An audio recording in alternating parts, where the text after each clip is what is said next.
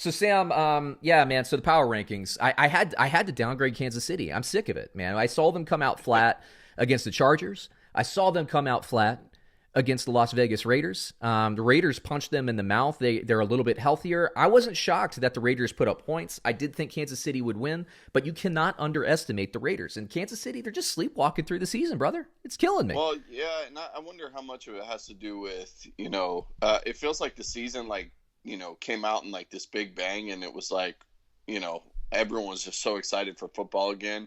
But now as we're starting to see like games being postponed or moved back or pushed around, it seems like some teams just kind of like, I don't know, it just seems like some of the air is like let out of the balloon there.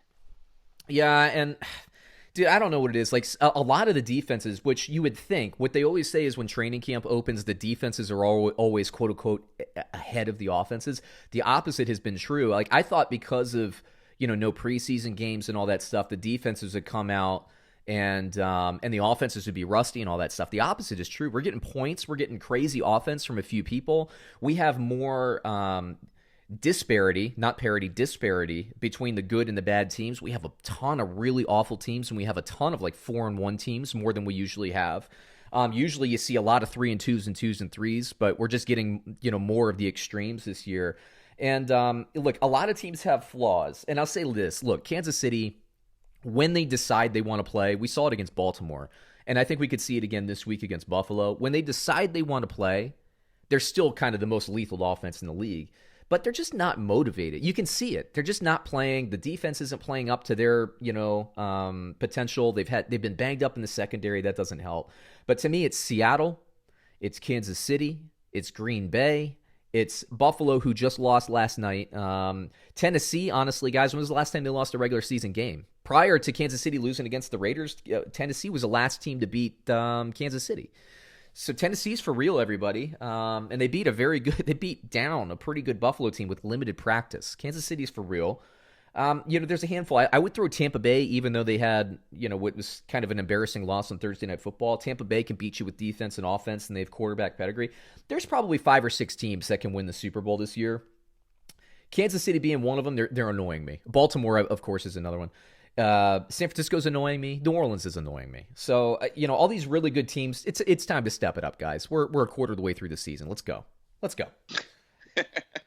Anyway. Well, who do you like? Look, I'm still sticking with my original Super Bowl prediction, which is the Chiefs, because when the playoffs start.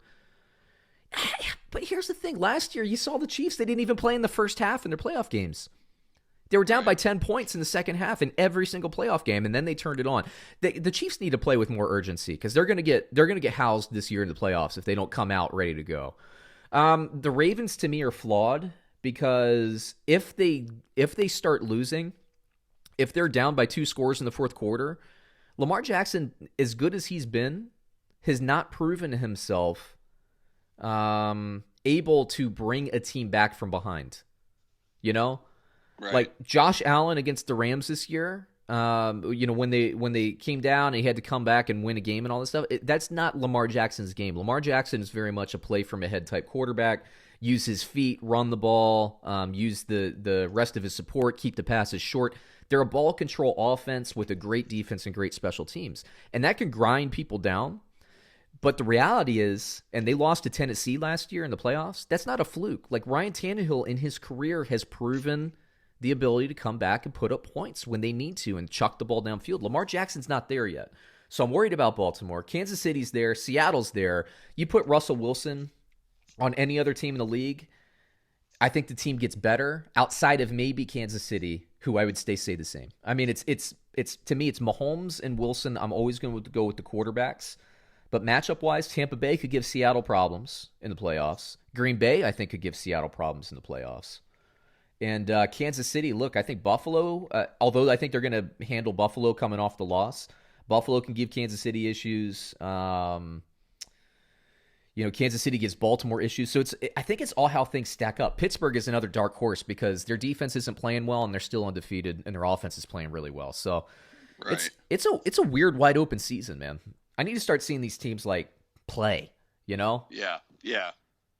Yeah, it has been really strange this year. It's just You know, bizarre. it's odd. You know, Again, that's why I was out of the season-long contest this year, and I'm glad because I've been still playing, just recreationally and keeping track of my stuff, and right. I'm not doing awful. I'm still above the pay line, but to win those competitions, you need to be above 60%, which historically I am. But I was just, like, what do you do with Tennessee and Buffalo this week?